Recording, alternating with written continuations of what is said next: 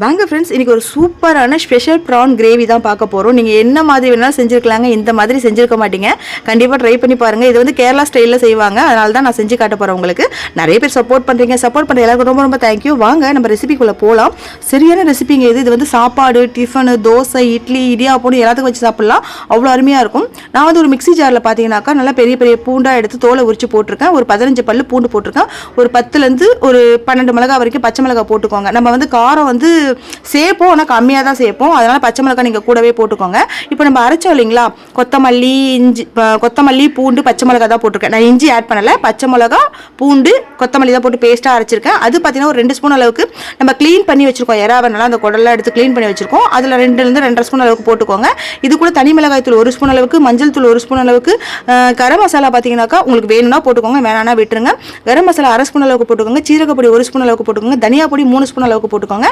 கலருக்காக பார்த்தீங்கன்னாக்கா இது கலர் ரொம்ப தெரியாது, இருந்தாலும் காஷ்மீர் மிளகாய் தூள் பார்த்தீங்கன்னா ஒரு 1 ஸ்பூன் அளவுக்கு போட்டுக்கோங்க. கொஞ்சமாக உப்பு போட்டு நல்லா மிக்ஸ் பண்ணி இதை ஃப்ரிட்ஜில் குறைஞ்சபட்சம் ஒரு 1/2 மணி நேரமாவது வைக்கணுங்க. இந்த மசாலாலாம் பார்த்தீங்கன்னாக்கா நல்லா ஊறி சூப்பராக இருக்கும். லெமன் பார்த்தீங்கன்னா ஒரு பாதி லெமன் தான் பிழிஞ்சு வரும். நான் தண்ணி எதுவும் ஊற்றலை, அந்த லெமன்லேயே பிழிஞ்சு நல்லா மிக்ஸ் பண்ணி ஃப்ரிட்ஜில் வச்சாச்சு. ஒரு 1/2 மணி நேரம் கழிச்சு நம்ம இதை தொக்கு மாதிரி பண்ண போகிறோம். சூப்பராக இருக்குங்க. இது கிரேவின்னு சொல்ல முடியாது, அது தண்ணி பதம்னு சொல்ல முடியாது, அப்படி செய்ய போகிறோம் நம்ம. சூப்பராக இருக்கும். ஒரு ஃப்ரை பண்ணி வச்சுக்கோங்க. அதில் பார்த்தீங்கன்னா கடலை எண்ணெய் பார்த்தீங்கன்னாக்கா ஒரு 1.5 குழிக்கண்டியில் ஊற்றிருக்கேன். எண்ணெய் காஞ்ச பிறகு சோம்பு மட்டும் 1 ஸ்பூன் போடுங்க. அந்த சோம்பு பொரிஞ்ச பிறகு பெரிய வெங்காயமாக பார்த்தீங்கன்னா ஒரு 2 வெங்காயம் எடுத்து நல்லா பொடியாக கட் பண்ணி போட்டுக்கோங்க. இதில் வெங்காயம் மட்டும் தான் சேர்க்க போகிறோம், தக்காளி எல்லாம் கிடையாது. ரொம்ப சூப்பராக இருக்குங்க.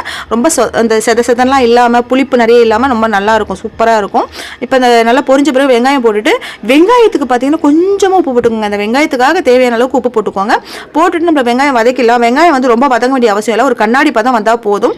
அந்த வெங்காயம் கடிக்க சொல்ல ஒரு கடிக்கிற பதம் இருக்கணும். அப்போ தான் இப்போ வந்து நம்ம அரைச்ச பேஸ்ட் இருக்குல்ல, அந்த பச்சை மிளகாய், கொத்தமல்லி, பூண்டு ஆல்ரெடி மசாலா கொஞ்சம் போட்டு இறால ஊற வச்சிட்டோம். இப்போ இந்த பேஸ்ட் பார்த்தீங்கன்னா ஒரு 2 ஸ்பூன் அளவுக்கு இந்த வெங்காயத்திலே போட்டுக்கோங்க. போட்டுட்டு இது எல்லாமே இப்போ நம்மளுக்கு வதங்கி வரணும். வதங்கி வந்த பிறகு ரொம்ப வதங்க தேவையில்ல, லைட்டாக வதக்கி விட்டுட்டு அந்த பச்சை வாசனை போன பிறகு நம்ம ஊற வச்சிருக்கோம் இல்லைங்களா, எறா ஊற வச்சிருக்கோம் இல்லைங்களா மசாலா போட்டு, அந்த எறாவை பார்த்து இதில் போட்டு நல்லா மிக்ஸ் பண்ணி மூடி விட்டுடுங்க.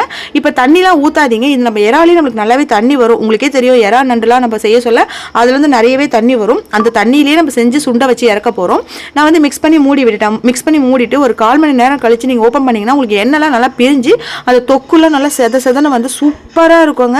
இது வந்து இடியாப்பம், ஆப்பம், இட்லி, தோசை, பரோட்டான்னு எல்லாத்துக்குமே வச்சு சாப்பிட்லாம்.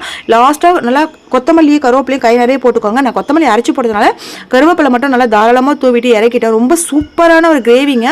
இது கண்டிப்பாக நிறைய பேர் செஞ்சுருக்க மாட்டீங்க. இது ஒரு நியூ ரெசிபி தான், நீங்கள் ட்ரை பண்ணி பாருங்கள். இது வந்து கேரளா ஸ்டைலுங்க. எனக்கு தெரிஞ்ச ஃப்ரெண்டு தான் சொல்லி கொடுத்தாங்க. அவங்க ரெசிபி அப்படியே நான் காப்பி அடிச்சு உங்களுக்கு செஞ்சு கொடுத்துருக்கேன். நாங்கள் ட்ரை பண்ணி பார்த்துட்டு கமெண்ட் பண்ணுங்கள். தேங்க்யூ.